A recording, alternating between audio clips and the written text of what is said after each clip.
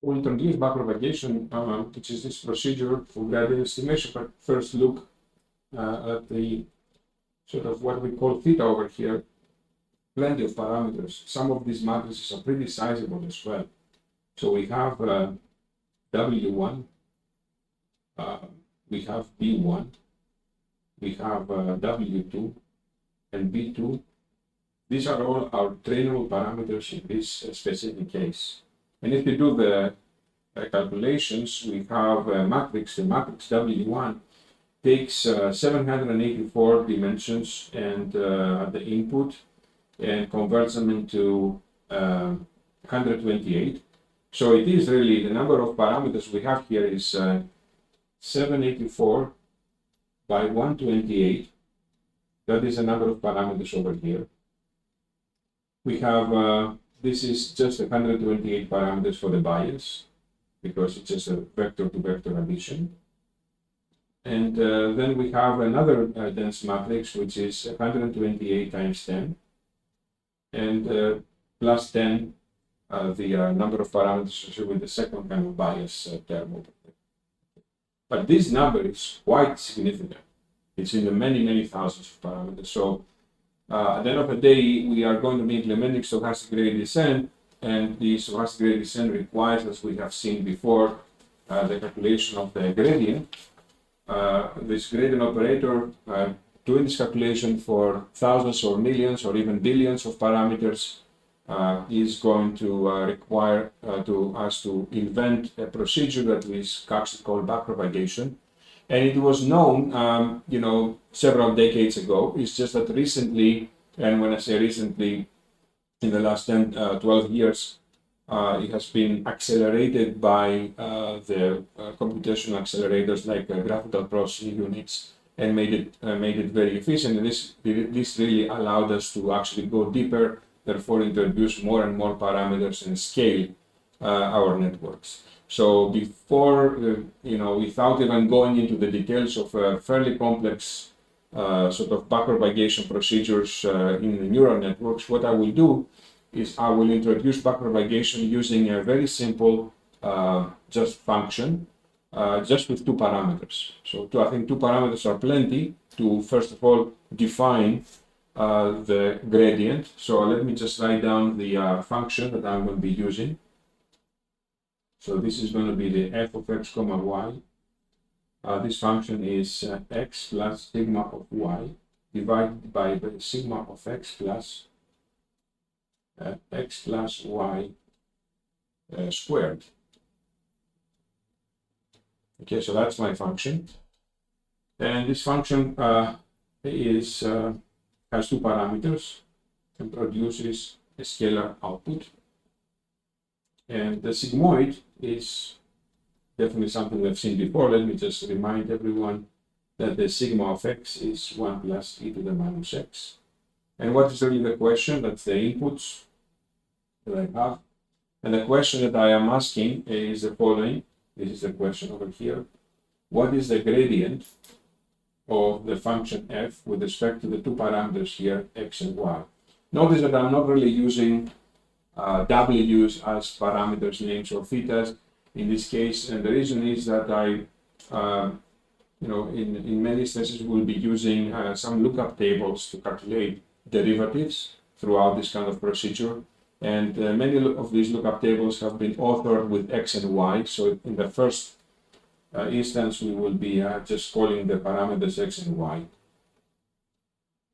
All right, so what is the gradient? So for those who need some kind of a refresher in terms of calculus, we have provided some videos on the site, as well also some pointers to Khan Academy to be able to refresh a little bit the sort of calculus kind of what you need to know, some simple derivatives. But the gradient is simply, as we have said before, an extension of the partial derivative to more than one dimension. So we have two elements here. We have two parameters. We have two elements in this gradient vector. The first is the partial derivative of f with respect to x, and the second, as you expect, is a partial derivative of f with respect to y. This is the gradient of f of respect to x and y. Okay, so the backpropagation operation now starts, and it will start with us developing something that we actually call the computational graph. And the computational graph is not really something which is very complicated to understand. In fact, I'll use just a kind of a post-it note to open a parenthesis. And if I give you something that is called, let's say, g is equal to x plus y, this expression over here, I will be creating a computational graph, which in general is going to consist of nodes and edges. Over the edges, tensors will flow. Okay, x and y will be over here, and g is going to be produced over there. And what is a tensor? Tensor is a generalization of a matrix. So to more than 2 dimensions. So if we have a volume, 3 dimensions, we are calling this a 3-dimensional tensor. A matrix is called a 2-dimensional tensor. A vector is called a single-dimensional tensor. And that is over the nodes of this graph will be the operations. Okay, so here we have just a simple, very simple operation called an addition, and the node is the sort of undertaking that kind of operation. So it's adding the 2 tensors to produce yet another tensor. That's a very simple computational graph. Our computational graph will be slightly more complicated here, but so be it. All right, so I'm going to start, from the bottom over here. I have at the bottom my 2 inputs that are coming in, and I am going to start drawing.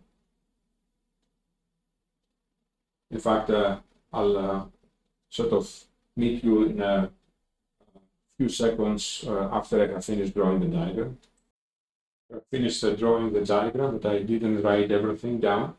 So we actually can see here how the diagram kind of maps into this expression here of the f function. At the bottom of the diagram, we have the x and y. At the top of the diagram, this graph is going to calculate for us the value of the function f for whatever inputs we are feeding in. So here you can see these x plus y are being squared. We are adding to this term the sigma of x, therefore we produce a denominator. And then we have the numerator, which is produced by x plus the sigma of y. And then we are inverting the denominator and multiplying the 2 terms to form the function f. Now, what we will need to do by convention, we are going to write down some tensor values. And I'm going to be writing these tensor values as if they are kind of a Python variables.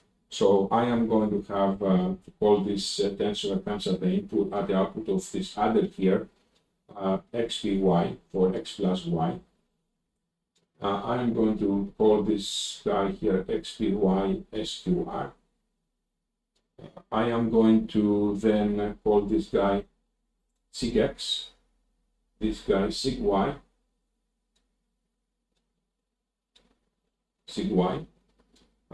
This is definitely the num as for numerator, and this is the, let's call this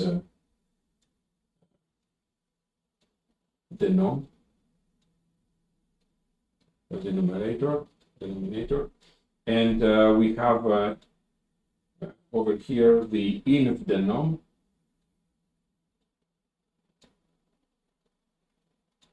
or the inverse of the denominator. These are all the names of the tensor that they will keep values for us. So as if we're writing some kind of Python code. And the backpropagation procedure is going to proceed now, because it's going to start now. It will involve 2 stages or 2 passes. The first pass is called the forward pass. And the forward pass is going to be written as a sequence of equations.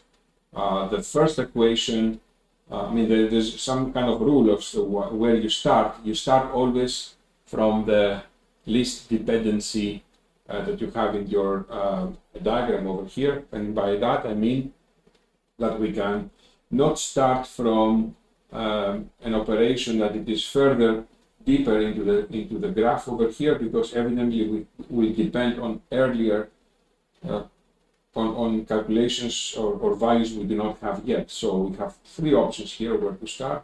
We definitely can start with this what we'll be calling from now on a gate, and this gate has only the basis on x and y. Therefore, it's given x and y as an input, so we have no problem with that. We could actually the same way calculate sigma of x because it depends only on x. In the same spirit, we can calculate sigma of y.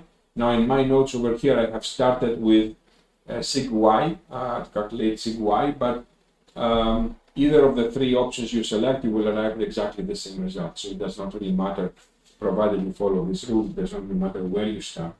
So I'm writing the sig y, the tensor, is going to be 1 over 1 plus e to the minus y, and that's my equation 1. Then I can immediately form the num as the x plus sig y. Note that I'm not writing x plus 1 over 1 to the e to the minus y. I am actually using earlier computed results. Then I'm going to have sig x is equal to 1 over 1 plus e to the minus x. That's equation 3. We have x p y is equal to x plus y. That's equation 4. xpy sqr is equal to xpy times xpy. That's equation 5. We have the nom is equal to sig x plus xpy sqr.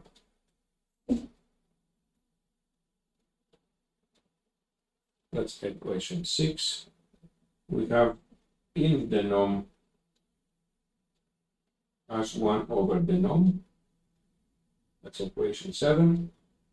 And finally, we have f is equal to numerator, which we obtain over here, times the inverse of the denominator, which is held in the tensor if the nom. And that's basically we have finished the forward pass. It's equation 8.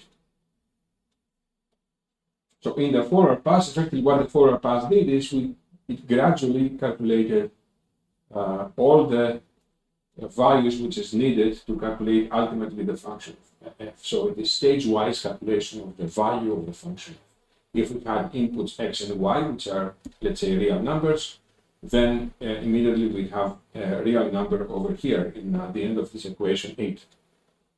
All right, now the kind of fun starts with the second pass that we'll be calling the backwards pass.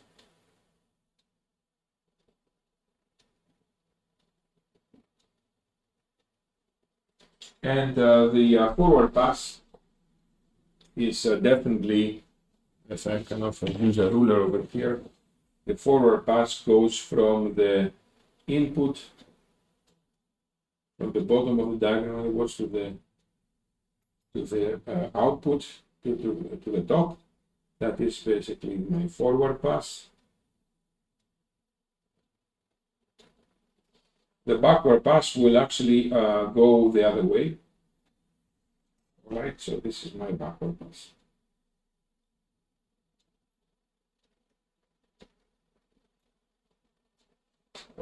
And in this backward pass, we will be calculating, again, stage-wise, but now we'll be calculating gradients. We'll be calculating derivatives. Okay, so let's see how this is going to be done. I'm going to be using a template. This template I'm going to just draw over here. I'm going to be using this template over and over again for every single gate that I have meeting. Going from the top of the diagram, I meet one gate. I'll be using this template to calculate the associated kind of gradients that I need to calculate. So I'm going to just do that. I'm going to write generically the name of the gate, which I am going to meet each time. All right, so I have some kind of, in fact, let me draw it how the gate looks in the forward pass. So let's say that I have a Z over here, and I have two input ports, X and Y. Okay, and I am going to have to calculate, I'm going to be receiving some upstream gradient. I will be, by convention, calling all of my gradients dz, all the tensors that I will be having over here and drawing over here. I'm going to, by convention, prepend the tensor name of the forward pass. I'll prepend it with the letter D for derivative. Okay, and I'm going to have dx over here and dy over here. All right, so this type of gradients, I'll be calling them upstream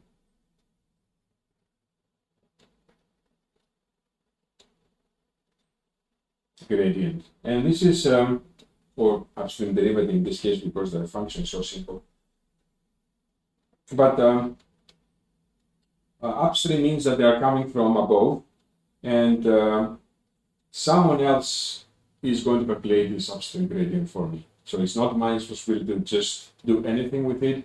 It's going to arrive from above, from a previous calculation. That's the whole point of backpropagation. My responsibility is to calculate the downstream gradient. So this R stands for downstream. We have two ports, we have two downstream gradients.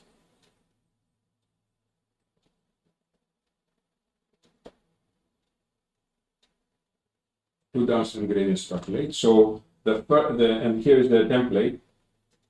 So the dx, which is of course based on a rule in calculus called the chain rule.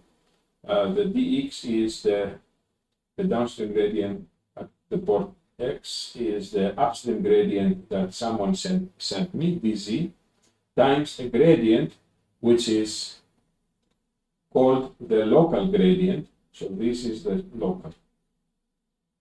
And the same thing applies with dy is equal to dz, partial derivative of g with respect to y. So these are all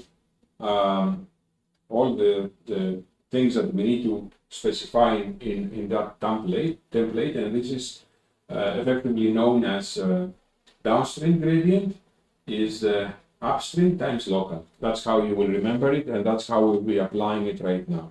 Now, for starting at the top of the diagram, therefore, because backward pass starts from the top of the diagram, proceeds to the bottom, we are writing our first tensor, df. And this first tensor, you know, it's because this is the first tensor that we cannot have anything, any gate and to calculate as a downstream gradient. It's very trivial to calculate it. df is effectively the partial derivative of f with respect to f. And we know that this is 1. And how we know it? We have next to us a table of partial derivatives. And now I think it's a good time to stop and go back to the course site and see exactly where this table is located. So this is the page that we are actually dealing with today. As you can see here, there is a note. First of all, there are some links over here that I think we should pay some attention to. First is the Khan Academy lessons on partial derivatives and gradients. This is all for background information. Over here, we also have some derivative calculations specifically for tensor. Something will actually be a bit useful a bit later. But for now, this is the table that we are needing to consult. So this is the kind of give us some primitive sort of derivatives from elementary kind of functions. You can see here when we have something which is 1 over x, so what this corresponds to. So instead of f and g, you can actually have in general any tensor and then this is kind of a general kind of rules, but these were a bit more specialized to powers and polynomials. So here is your first, this is the entry that we have used just now, the derivative of f with respect to itself, and that was the 1. And then as we go and meet additional kind of gates, we'll be using other entries out of this table. Okay, so now let's go back to that sort of site, sorry, the drawing board, and actually continue with the second derivative, sorry, the second kind of gate that we will see. So this is in fact, this is the first gate we actually see going from the top of the diagram. So this is a multiplier. And as we have just explained, we will go backward. So we will be backward by gating equation 8, 7, 6, 5, 4. We will not be deviating out of that sequence. We know exactly how to go backwards. We will have to do it in exactly the reverse order. So the backpropagation of gate 8. So what is the template is actually telling us to do? The template is telling us to do the following. We have now a df that we know the upstream gradient is actually coming in, so we know its value. And we have two downstream gradients to calculate. So the first thing we will do is write down the tensor names that we will be, this tensor name is a bit large, so okay, long, so inv denom. All right, so let's calculate the denum first. So the denum is the upstream gradient times the local. Upstream is df, and the local is the only calculation we have to do. Here it is the gate itself. So the gate is num times inv denom with respect to the port, the name of the port that we are doing in the forward pass, which is num. Okay, so that's df is actually known, sys 1.0 times. Now this one is fairly straightforward, so we will use now a post-it note and the lookup table that we have seen earlier. So we have num times inv denom with respect to num. So I'm going to just replace the variables to make it a bit more compatible with the table that we just went through. The num is my x and my inv denom is something which is unrelated to x. Let's call it c with respect to x. Okay, and in the lookup table, if I may go and see, I'm definitely going to see here an entry. So this is the entry. Let me make it a bit bigger. I'm not so sure why it's not making it bigger, but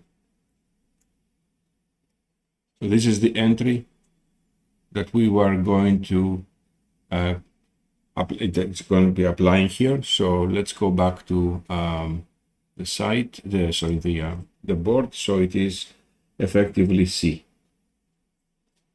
All right, so but C was inv denom, which is okay. So that's basically we have now our first downstream gradient. So it is 1 times inv denom. Okay, that's basically it. All right, now we have the second port that we need to backward by gate. So we write exactly the same way. So the upstream again is df times. We have exactly the same expression, but now is with respect to inv denom. And making exactly analogous arguments, this is simply num. All right, that's a num tensor there. Okay, so now we have backpropagate our first gate. So where we're going next? We are going next to backpropagate in equation 7. And first we identify where this gate is, where this gate is this one. And it has only one port. So first we are going to write the tensor. Did the nom is my tensor, so that's my 7. So I have d denom is the upstream gradient. Well, the upstream gradient is this guy over here. This is actually coming from above. D inv denom times the local. Well, the local is the partial derivative of 1 over denom, which is evidently the equation of the gate 7 with respect to the name of the port in the forward pass. So that we know, which is num. And for that, we're going to go back to our table. And our table is over here. And definitely we see something which is applying to us. So it is 1 over, so it is this entry over here, x to the power of n, where n is -1. So it is -1 x to the -2. So -1 x to the -2. So we will basically write this down. So it is num minus in front, and this is the nom squared.